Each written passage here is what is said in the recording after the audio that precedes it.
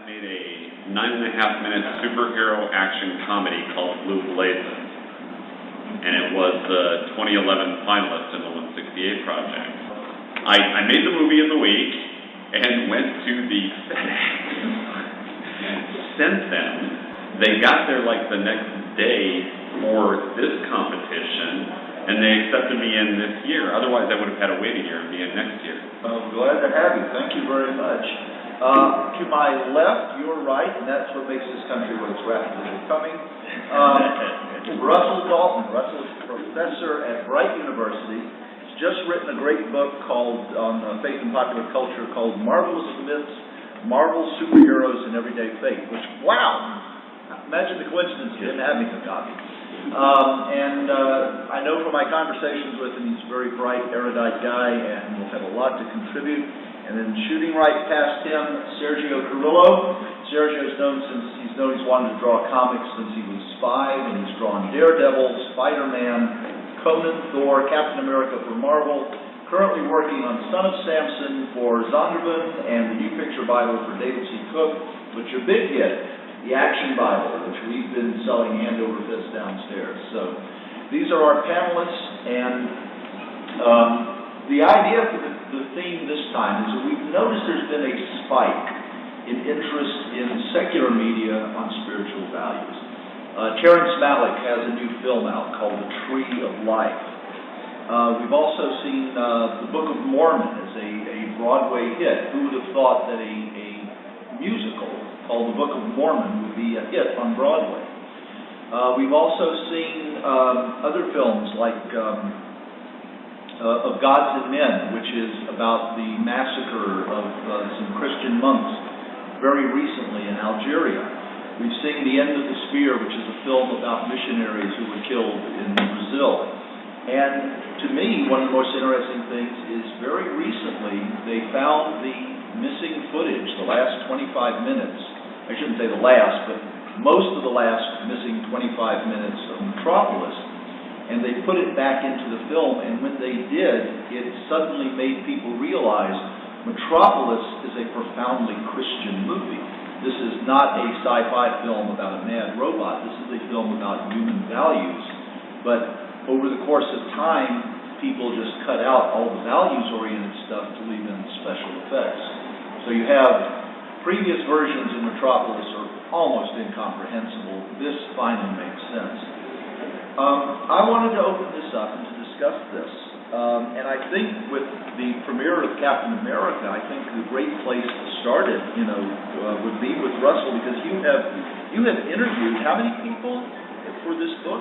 Well, for this book, in particular, Stanley, Chris Claremont, Herb Trimpe, who some of you may not know. Herb, back in my day, he drew the Hulk for over a decade, and for many people, it's the quintessential Hulk artist. He went on to become an ordained Episcopal deacon and was a chaplain at Ground Zero. And then I also interviewed Kurt Busiek. Kurt Busiek. I know Kurt. He was on one of our panels a few years ago.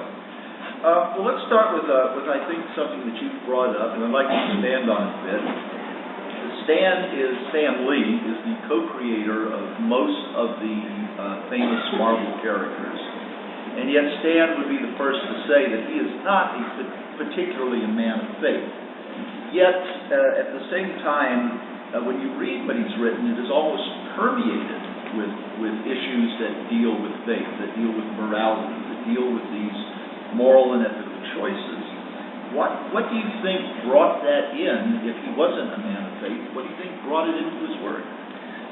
Well, I think we see this in a lot of places. I also teach a course on religion and film at Bright Divinity School, by the way. So it's a seminary graduate students. Where you see directors who are not adherents to a faith, not churchgoers, they don't necessarily go to synagogue, but these values permeated their families for generations, and they come through. And I'll give you just a very brief analogy. One thing I talk to my students about in that course, for example, is If you look at the films directed by Robert Redford, Ordinary People, The Horse Whisperer, A River Runs Through It, there's crisis, there's need for reconciliation. Almost no director in their oeuvre deals with these issues. But especially they don't deal with them the way that Redford does, which is to say, the answer is to wait and accept the tragedy that's occurred.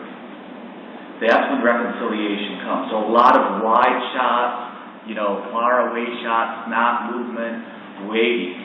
Not good for, Hollywood films that watch it. But I think that's because he was raised a Presbyterian.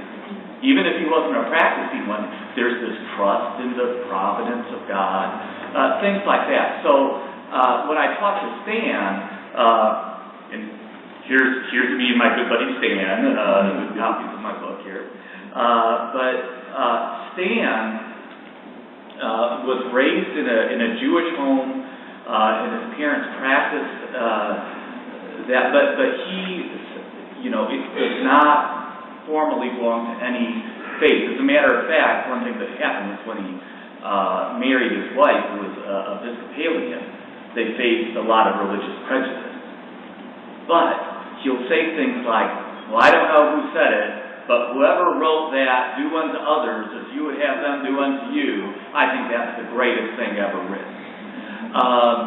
And also some of the values inherent in that, and as an immigrant family, the Bible is written from the underside, liberation and concern for those who are oppressed.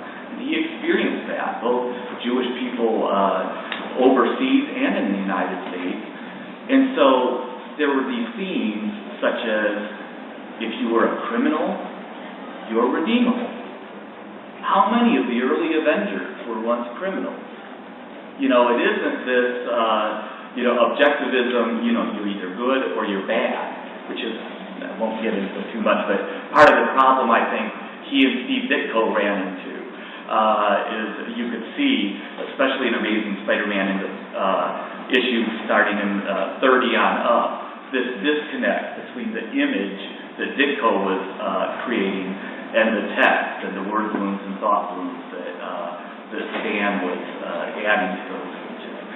So I think it's kind of this after image, our faith, the world's faith, whether it's Judaism, Christianity, these things have cultural values and significance that go on for generations, whether we're aware of them or not. And I think the life experience of in particular Stan Lee and Jack Kirby, those Christian, Jewish,